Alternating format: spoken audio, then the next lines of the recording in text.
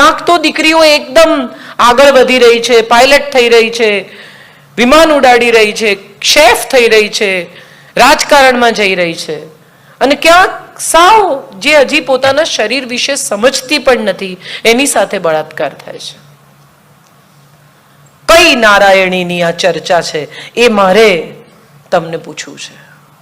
જો ખરેખર ઋગ્વેદના શ્લોક પ્રમાણે જ્યાં સ્ત્રીની પૂજા થાય ત્યાં દેવતાઓ રમે છે, આવું આપણે કહીએ, દેવતાઓનો વાસ થાય છે એવું આપણે કહીએ, તો આ દેશની પરંપરા સ્ત્રીની પૂજા કરવાની છે.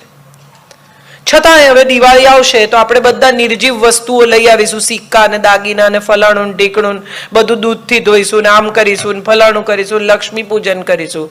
અને જે 12 મહિના રાંધીને ખવડાવે છે ગરમ ગરમ, એ અન્નપૂર્ણાને એકવાર થેન્ક યુ પણ કહીશું નહીં. ઉલટાની એ દિવસે બિચારી રાંધી રાંધીને થાકી જાય. ઘર સાફ કર્યું એ બિચારીએ, અને ઘર સાફ કરવાની પણ આખી એક બહુ ચેમ્પિયન પ્રવૃત્તિ હોય છે. નવરાત્રી પૂરી થાય એટલે એમ કે દિવાળીની સફાઈ, દિવાળીની સફાઈ, અને એવી ભયાનક સફાઈ કરે, પછી છીકો આવે, ડસ્ટની એલર્જી થાય, માંદી પડે. દિવાળી આવતા સુધીમાં 100 માંથી 55 ગૃહિણીઓ માંદી હોય. અને એ આખી પ્રવૃત્તિમાં તમે જુઓ કે દર વખતે માળિયા પરથી બધું ઉતારે, પછી એવું નક્કી કરે કે આ વખતે નકામી ચીજો કાઢી નાખીશ. પછી જેવી ચઢાવવાની ચાલુ કરે ને એટલે કઈ એને નકામું લાગે જ નહીં. આ એ કામનું છે, પેલું તો જોઈએ, આ તો કેવી રીતે ફેંકી દેવાય, આ તો મારા પિયરથી આપેલું. 20-20 ફૂટની શેતરંજીઓ બધી ધોવડાવી, ચોખ્ખી કરી, વાળીને પાછી લપેટીને મૂકે, કેમ કે કોઈ ગુજરી જાય તો જોઈએ. અરે હવે ક્યાં ઘરે બેસણા કરો છો તમે? હોલમાં ડાયરેક્ટ તમે બોલાવી લો છો લોકોને. તેમ છતાં આ સાચવવાની જે આખી વૃત્તિ છે ને સ્ત્રીની, એ બહુ ખૂબસૂરત છે. એ જે સાચવે છે ને વસ્તુ નથી, વસ્તુ સાથે જોડાયેલી સ્મૃતિઓ છે. બહુ પ્રિય છે ઝીણી ઝીણી વસ્તુઓ. તમે જુઓ, કોઈ છોકરાને તમે પૂછો કે તારી પાસે તારી ગર્લફ્રેન્ડે આપેલા શરૂઆતના કાર્ડ છે? હા, ક્યાંક પડ્યા હશે. અને તમે સ્ત્રીને પૂછો કે તમારા વિવાહ થયા પછી તમને જે પ્રેમપત્રો લખતા હતા, એને મોંઘામાં મોંઘા ડબ્બાની અંદર રિબનમાં બાંધીને એટલી બ્યુટીફુલી સાચવીને રાખ્યા હોય. સ્ત્રી વસ્તુ નથી સાચવતી, એ સ્મૃતિ સાચવે છે. કારણ કે પ્રેમપત્રમાં અક્ષરો નથી, એમાંથી સતત ડોકાતો એ સમય છે કે જે અક્ષરોમાં બંધાઈને એ કાગળોમાં પડ્યો છે. આપણે બધા જ બહુ શાંતિથી વિચારીએ તો આપણને સમજાય. તમે જુઓ, સ્ત્રી પાસે બાળકોના બાળપણના ફોટા હોય, કપડાં સાચવી રાખે બચ્ચાના નાના નાના. એનું બચ્ચું તો 6 ફૂટનું થઈ ગયું હવે, પણ એક વેતનું જબલું એને ક્યાંક વાળીને ધોઈને સાચવીને પેક કરીને, અને પછી દર વર્ષે જ્યારે દિવાળીમાં પેટીઓ સાફ કરે ત્યારે કાઢે. આવડો હતો, બધાને ખબર છે ભાઈ, બધા એવડા જ હોય. અને છતાંય દરેક વખતે જેટલી વાર વાલ આવે બચ્ચા પર એટલી વાર કહે કે કેવડું હતું, અને જો ને કેવો થઈ ગયો. શું સાચવે છે? એ સ્મૃતિ સાચવે છે. અને સ્મૃતિ સાચવવી એ ટાઈમમાં સ્કલ્પ્ટ કરવાની કલા છે, સમયમાં શિલ્પ ઘડવાની કલા છે, અને સ્ત્રીને આવડે છે. સમયનું શિલ્પ ઘડી શકે છે. આ વાત મારે તમને એટલા માટે કહેવી છે કે સ્ત્રીની હમણાં જ મમતાબેનના વખાણ કર્યા અને મેયરશ્રીના પણ વખાણ કર્યા, ત્યારે એમણે કહ્યું કે રુજુતા અને શક્તિ બંને એક સાથે છે. હું હંમેશા કહું છું કે કાલી અને જગદંબા એકમાં જ છે. આ જુદા જુદા સ્વરૂપો નથી. દરેક વખતે પાર્વતી જ જુદું સ્વરૂપ લઈને આપણી સમક્ષ આવે છે. સૌથી પહેલી જે કથા કહેવાય આ વિશ્વમાં, the first story telling was done by Shiv and was told to Parvati. Shiv પાર્વતીનો સંવાદ એ આ જગતની પહેલી શ્રુતિ છે, પહેલું જ્ઞાન. એક પતિ આપે છે પોતાની પત્નીને, શિવ આપે છે શક્તિને. આ સંવાદ છે. અને પાર્વતી એક ધ્યાન થઈને, દત્તચિત્ત થઈને સાંભળે છે. આ વાત જ્યારે સાંભળી રહ્યા છે ત્યારે વચ્ચે એને ઝોકું આવી જાય છે, અને જ્યારે એને ઝોકું આવી જાય છે ત્યારે પોપટનું એક નાનકડું બચ્ચું એને થાય છે કે યાર આ વાત અધૂરી રહી જશે જો એને ખબર પડી જશે કે એની પત્ની સૂઈ ગઈ છે તો. અને ત્યારે હોંકારો દે છે અને શિવ જુએ છે કે પાર્વતી સિવાય તો કોઈ છે નહીં, આ કોણે હોંકારો દીધો. એ કથા ભાગવતમાં આગળ વધે છે. પણ મારે જે કહેવું છે તે એ છે કે પતિ પત્નીના સંવાદમાંથી જ્ઞાન રચાય છે, એ આ દેશની પરંપરા છે. આપણા ઘરમાં હવે શું સંવાદ થાય છે? તમે જમવાના છો? કેટલા વાગે આવવાના છો? તું ઘેર છે? બહાર જવાની છે? કોઈનો ફોન હતો? કોઈ બિલ ભરવાના છે? કોઈ મહેમાન આવવાના છે? વ્યવહાર સિવાયની વાત આપણા ઘરમાં થવાની ધીરે ધીરે બંધ થઈ ગઈ છે.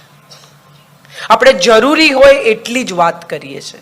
અને મને હંમેશા એવું લાગે છે કે જ્યાં સંવાદ હોય છે ને ત્યાં વિવાદ નથી થતો. હમણાં એક કોઈકે મને બહુ સરસ વોટ્સએપ પર જોક મોકલ્યો છે કે બહુ જ વરસાદ પડતો હતો ધાબે, અને ધાબાનું તાળું ખોલવાનું હતું. એટલે પતિ પત્ની બંને ગયા. પત્નીએ ટોર્ચ પકડી રાખી, છત્રી પકડી રાખી. પહેલા પત્નીએ તાળું ખોલવાની કોશિશ કરી 2-4 વાર. અડધો કલાક સુધી એણે પ્રયત્ન કર્યો. પછી પતિએ કહ્યું કે હું કરું સહેજ. એટલે પત્નીએ ટોર્ચ પકડી, છત્રી લીધી. પતિએ 1 સેકન્ડમાં ખોલી કાઢ્યો.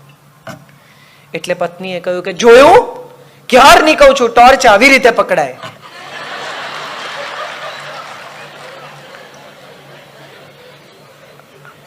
આ મજા છે સાહેબ. ક્રેડિટ લેવી ને એ સ્ત્રીની આવડત છે. તમે જુઓ કેટલી બધી સ્ત્રીઓ, તમે આ બહુ અદ્ભુત અનુભવ છે. આ તમે જમવા બેસો ને એટલે પૂછે શાક સરસ થયું છે ને? તમે શું કહો? ના, નથી થયું. કેવું થયું છે એમ પૂછે તો એના જવાબમાં હા કે ના હોય. પણ તમે એમ કહો કે દાળ બહુ ફાઇન થઈ છે ને, એટલે હોંકાર જ ભણવાનો છે એમાં, હા બહુ ફાઇન. અને એની સામે પતિનો મિત્ર જમવા આવ્યો હોય અને વખાણ કરે કે ભાભી તમારી દાળ બહુ સરસ. પત્નીનું પહેલું રિએક્શન શું હોય? એમને કહો. એમને શું કહેવાનું? દાળ તમે બનાવી, તમારા વખાણ કર્યા, તમારા બે વચ્ચે વાત ચાલે છે, એને વચ્ચે શું કામ ઘસડો? પણ આપણા બધાની મજા એ છે, અને ખાસ કરીને સ્ત્રીઓ જે પરણેલી સ્ત્રીઓ છે, 40 ઉપરની સ્ત્રીઓ છે, એને એક જ માણસનું એપ્રિસિએશન જોઈએ છે, અને એ છે એના વરનું, એના પતિનું. એ એમ કે ખાવાનું સરસ છે, પછી દુનિયા જગ મારે છે. બાકીનાને ભાવે કે ન ભાવે. તૈયાર થાય, બહાર નીકળતી હોય, સરસ દેખાવડી હોય, સરસ સાડી પહેરી હોય, એને પૂછે કે હું જાડી થઈ ગઈ છું. એટલે પતિ કહે કે ના ના, એવી જ લાગે છે. એટલે કે સાચું કોને? કેટલાક પતિ આને સિરિયસલી લે. આ સાચું કોને છે ને એ સિરિયસલી લેવા જેવી લાઈન નથી. એટલે પતિ ઓનેસ્ટલી કે હા એમ થોડું લાગે છે, વજન તારું થોડું વધ્યું છે. થાય નહીં આવું. એટલે તરત એમ કે મને ખબર છે તમને બધી પાતળી છોકરીઓ જ ગમે છે. સંવાદ ક્યાંથી શરૂ થયેલો ક્યાં પહોંચ્યો? આ બધી લાઇટર વેન જે સ્ત્રીની મેં તમારી સાથે વાત કરી. કેટલા જોક્સ આપણે પતિ પત્નીના સાંભળીએ છીએ. સ્ટેન્ડઅપ કોમેડિયન્સ બધા પતિ પત્નીના જોક્સ કે સ્ત્રીઓ વિશે ઉડાવે. સાહેબ તમને ખબર છે આખું ઓડિયન્સ બેસીને સાંભળે ને, સ્ત્રી પણ એટલી જ ઉદારતાથી પોતાના વિશેના જોક સાંભળી શકે અને હસી પણ શકે. સિદ્ધાર્થ રાંદેરિયાના નાટકમાં ગમે તેટલી મજાક કરવામાં આવે સ્ત્રીની, સ્ત્રીઓ પણ એટલા ખુલ્લા દિલે હશે. આટલા પુરુષો ઓડિયન્સમાં છે, સૌને હું હૃદય પર હાથ મૂકીને પૂછું કે આટલી મજાક જો કોઈ પતિઓની, પુરુષોની કરે તો આટલી ઉદારતાથી પુરુષ હસી શકે? એનું કારણ એ છે કે સ્ત્રીમાં જન્મજાત આ ઉદારતા છે જ. એક બહેન હોય ને નાનકડી 2 વર્ષની, અને ભાઈ હોય 5 વર્ષનો, અને બહેન પાસે 2 ચોકલેટ હોય ને પેલો માગે ને તો પેલી બંને આપી દે. આમાં કોઈ, it is not about a species.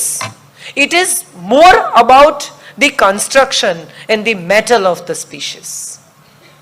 આ પરંપરા સાથે ઉતરી આવી છે, આ પરંપરા સાથે આવી છે આ સ્પીશીસ. એક નારંગી છે, એક એપલ છે, કોઈની સરખામણી નથી. સવાલ એ છે કે જે ગૌરવ સ્ત્રી પાસે છે એનું શું થયું? કેમ સ્ત્રીએ જ પોતાની જાતને વધુ ને વધુ ને વધુ ને વધુ ડિટિરિયોરેટ કરવાની શરૂ કરી છે? હમણાં શીતલ કહેતી હતી કે સાડી પહેરે છે. હું ગમે તેટલી મોડર્ન વાત કરું, મને મારો પોશાક સાડી ગમે છે કારણ કે આ મારા દેશનો પોશાક છે.